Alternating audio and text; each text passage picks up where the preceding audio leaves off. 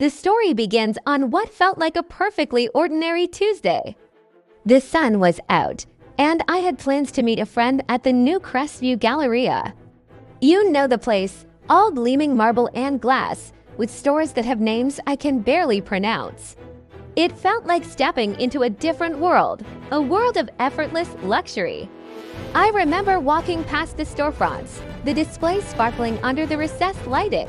There was a sense of excitement in the air, the low hum of conversations, the soft clatter of expensive shoes on polished floors. I was a little early, so I found a spot by the Grand Central Fountain, the one that shoots water 3 stories high. I pulled out my phone to text my friend, letting her know where I was. Just a normal guy, in a normal mall, on a normal day. Or so I thought. That's when the first shadow fell over my day. A security guard approached me.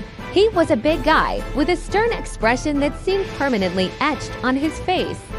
"You can't just stand around here," he said, his voice flat and devoid of any warmth. I was a bit taken aback.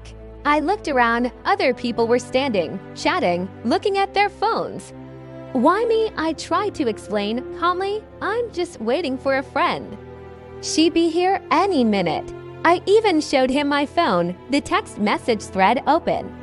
It didn't matter. He wasn't listening. His eyes were cold, dismissive. "This is private property," he stated, as if I were a trespasser. "We have a policy against loitering." Loitering. The word hung in the air, heavy and ugly. I was a customer, or at least, I was about to be. I was waiting to spend money. How was that loitering? I tried to reason with him again. "Sir, I'm not loitering. I'm meeting someone. We're going to shop, maybe get something to eat." I pointed towards the food court.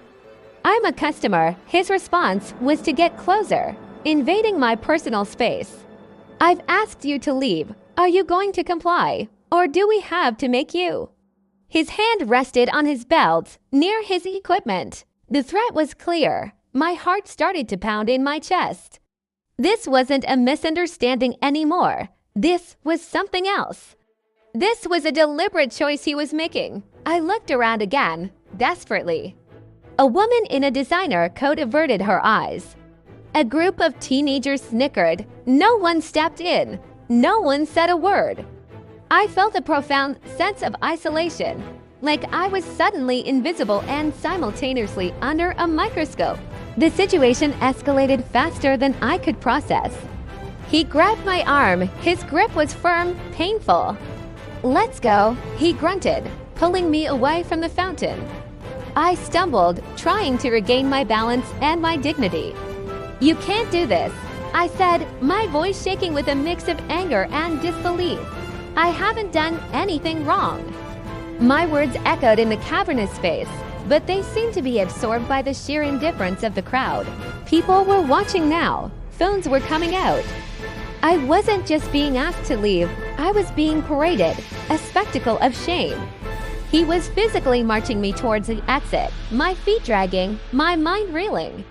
The humiliation was a physical thing, a hot flush that spread across my face and neck.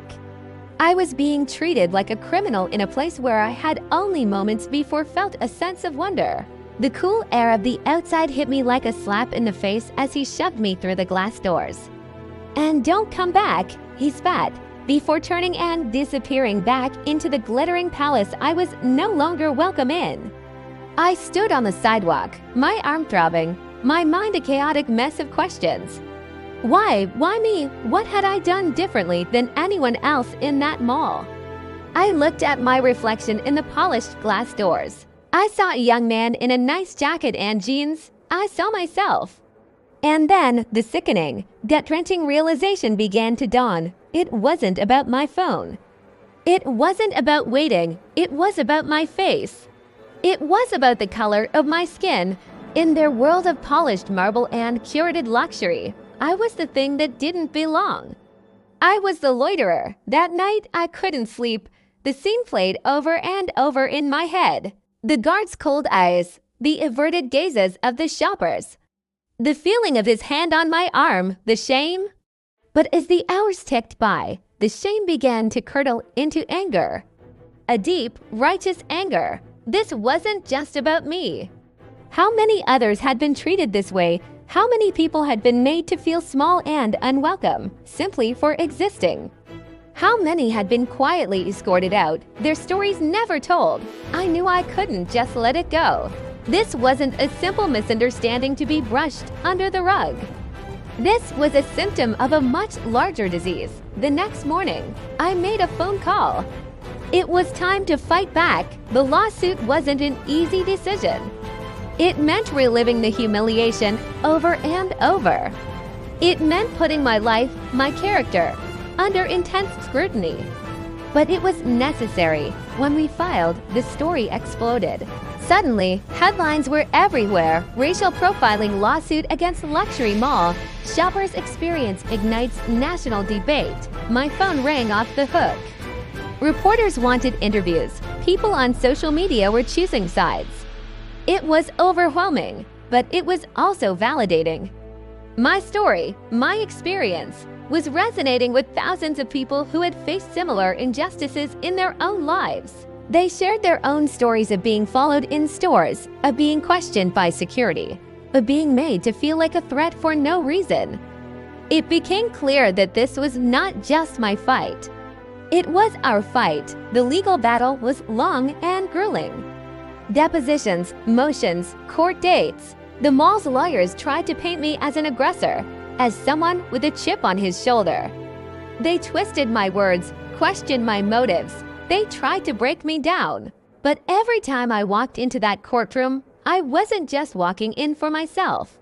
I was carrying the weight of all those untold stories. I was standing for everyone who had ever been judged by their appearance instead of their character. This fight was bigger than a single incident. It was about holding powerful institutions accountable. It was about demanding systemic change. It was about ensuring that the words justice for all aren't just an empty promise, but a lived reality.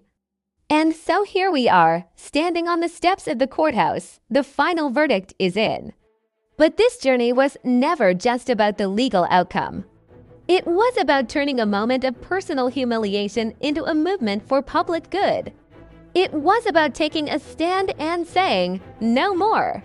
This fight has shown that one voice, when amplified by many, can challenge injustice and spark a conversation that can change the world. The path to true equality is long, but every step forward, every story told, every stand taken brings us closer. Thank you for listening and for being a part of this journey. Let's continue to fight for a world where everyone belongs.